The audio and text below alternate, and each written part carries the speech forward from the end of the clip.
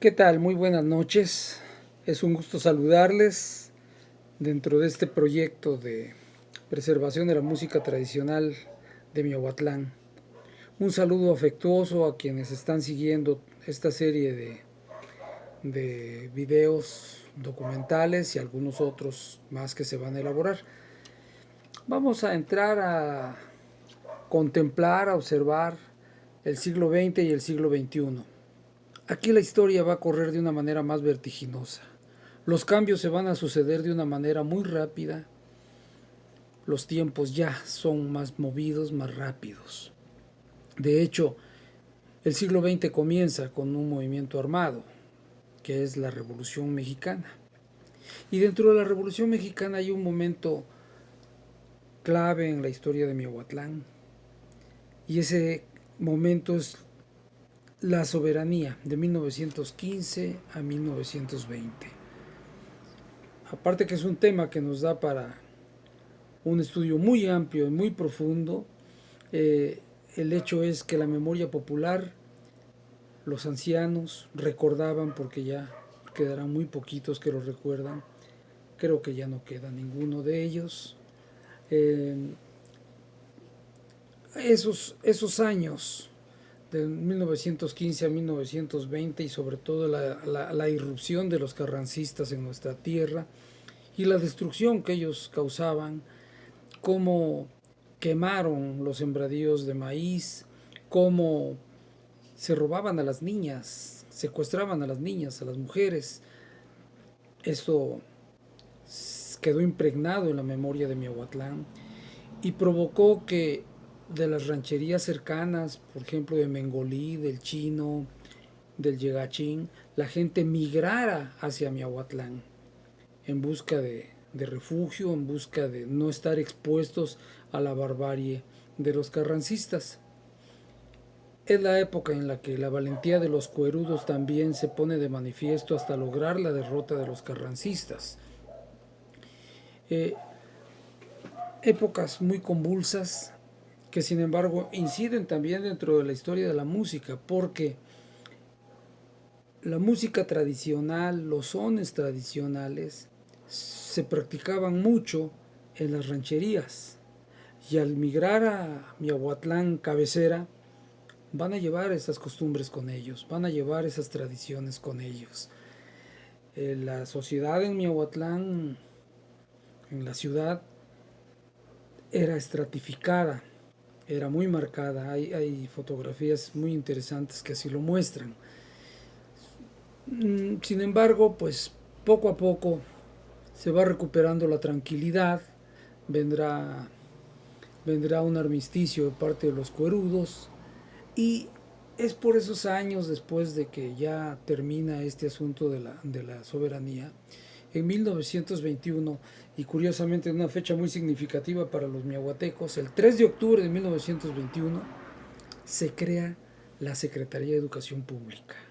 ¿Qué va a pasar con eso? Que va a venir un movimiento en el cual la educación ya va a tratar de llegar a todos los rincones, porque los municipios no podían hacerse cargo de la educación. ¿De qué manera se manejaba la educación? Pues en pequeñas escuelitas particulares, profesores que tenían ahí un espacio donde los niños iban a aprender el viejo silabario de San Miguel.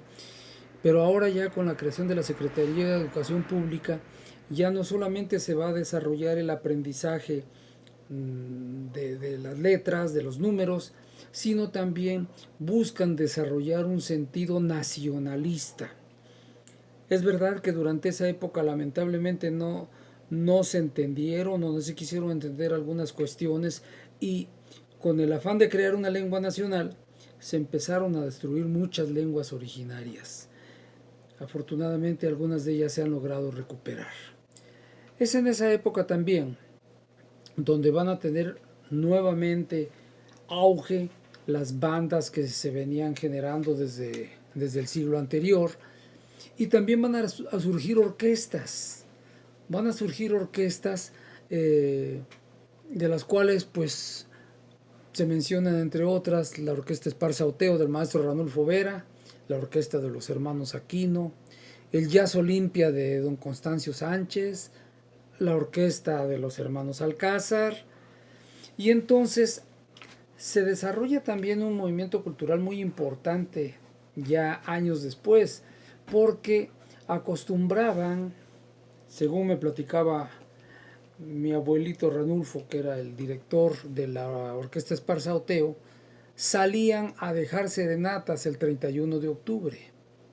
Esas serenatas que pues todavía se siguen practicando, pero que en aquel entonces se hacía con las orquestas, que hacían un recorrido el 31 de octubre tocando en varios domicilios. Por cierto, también las orquestas tenían la costumbre el Viernes de Dolores de recorrer las casas donde se ponía el altar de la Virgen de los Dolores para ejecutar el Stabat Mater. Básicamente eran dos Stabat Mater, tres, perdón, el de Pergolesi, Stabat Mater de Pergolesi, o Stabat Mater de Rossini, o el Stabat Mater de Juan Matías. Eran los que generalmente trabajaban en su repertorio. ¿Cómo se vino dando este conocimiento de este tipo de música? Bueno, hay dos corrientes en todo ello, pero una de ellas es muy importante. Ya habíamos platicado que el maestro Bernabé Alcalá estuvo en Miahuatlán, y también habría que mencionar a los maestros de música de aquellos tiempos. Ya estamos hablando de los años 30, cuando el maestro Álvaro Rojas forma muchos músicos, entre ellos al maestro Ranulfo Vera, mi abuelo. Entre ellos también podemos mencionar a don Gregorio Cortés de Cuisla, un excelente músico que dejó de verdad un legado importantísimo. Las orquestas van evolucionando. Tuve el gusto de oír tocar a don Goyito, tuve el gusto también de oír tocar a mi abuelito, y esas orquestas que van surgiendo, ¿no? Y que viene siendo reforzado todo ese movimiento cultural justamente durante el cardenismo, cuando se desarrollan los sábados rojos, que eran sábados con eventos culturales, de canto, de poesía, de teatro, de muchas expresiones, danza también, de 1934 y hasta el 40, la época del cardenismo.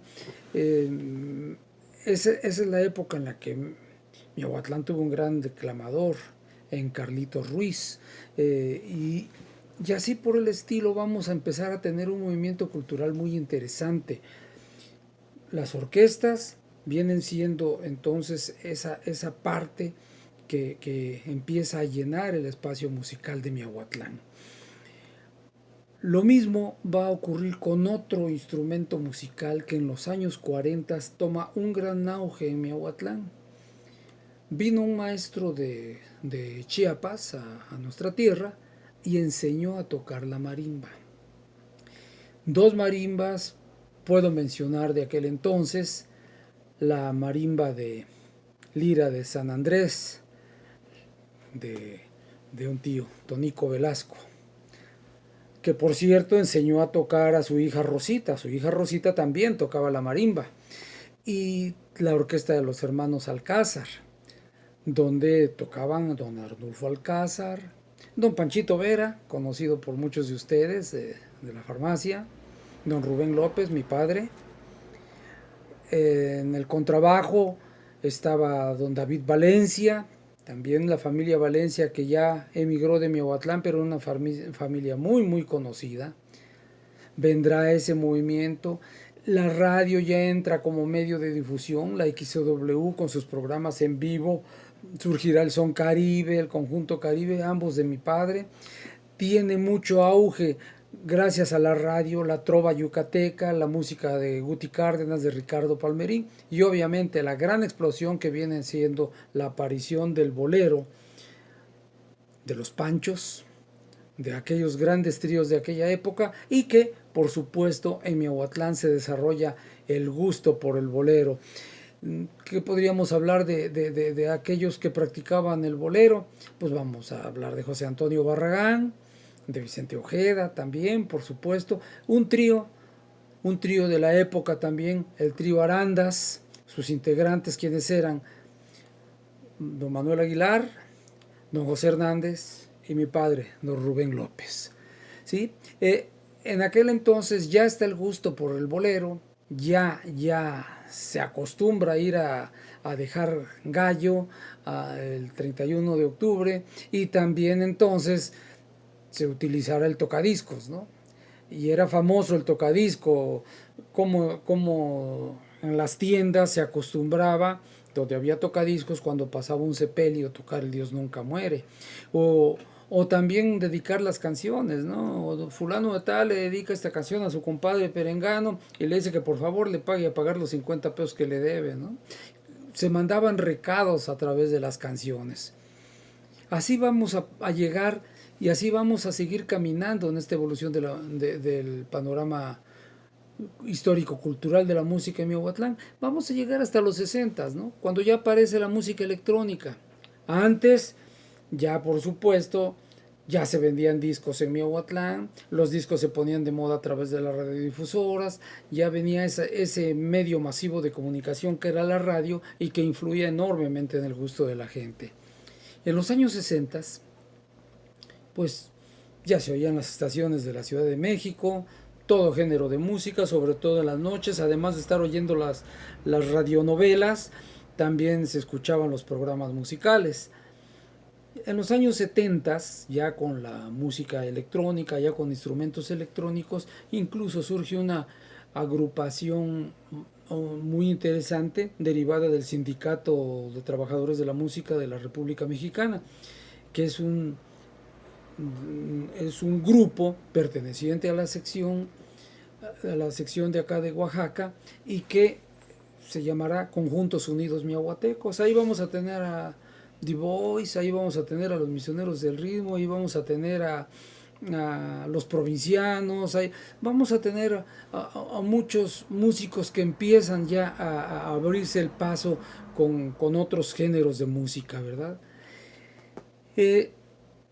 Poco a poco también Miahuatlán va creciendo, van creciendo las influencias enormes y vendrá últimamente ya pues el sonido de las bandas, pero un sonido de las bandas que cada vez se ha deteriorado más, porque ya las bandas tocan por imitación a las bandas norteñas que no tienen nada que enseñarle, con todo respeto, a las bandas oaxaqueñas, con su estructura armónica y melódica tan completa. Sin embargo, se imitan mucho y escucharemos tubas totalmente fuera de tono, trombones desafinados, las percusiones totalmente y completamente saturadas, barriendo con la melodía, ¿verdad?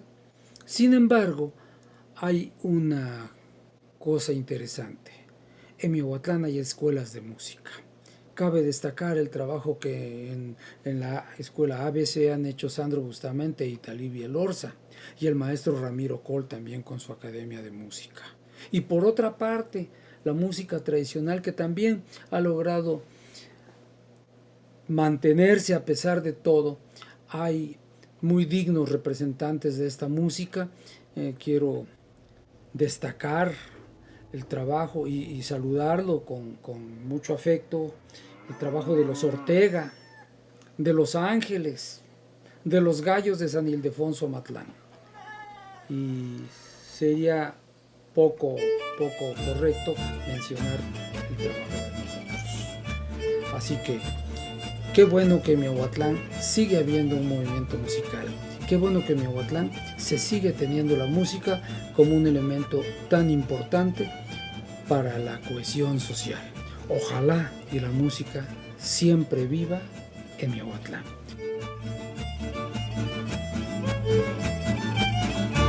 Juana canto y Juana digo, Juana al Espíritu Santo. Hoy te vine a cantar porque quién sabe hasta cuándo. Me voy a embarcar con los marineros que andan en la mar. Me voy a embarcar con los marineros que andan en la mar.